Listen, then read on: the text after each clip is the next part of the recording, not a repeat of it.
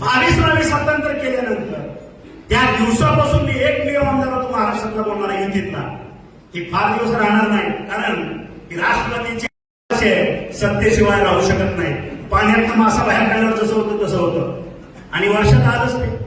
आणि त्यावेळेस सुद्धा मी सांगत होतो की दोन्ही राष्ट्रवादी एकच आहेत, वेगवेगळ्या नाही. ह्याचा प्रत्यंतर तुम्हाला गेल्या 10 दिवसात गेल्या महिन्याभरात आला असेल.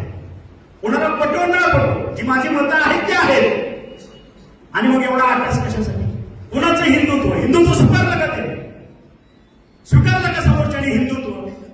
ज्या पद्धतीने आपल्या मांडीला उभं असतात, आपली तत्व, आपली पक्षाची देहधोरण, युतीची देहधोरण त्यांना मान्य आहेत का? मग का आमच्या बोडक्यावर कशासाठी तुम्ही त्यांना आमच्या ह्याच्यावर लागताय? गरज होती का? गरज नसताना तुम्ही घेतलेलं आहे हे आम्हाला मान्य आहे. जे असेल ते आपण आपल्या भागातले आपले किल्ले शाबूत ठेवण्याचा प्रयत्न करू.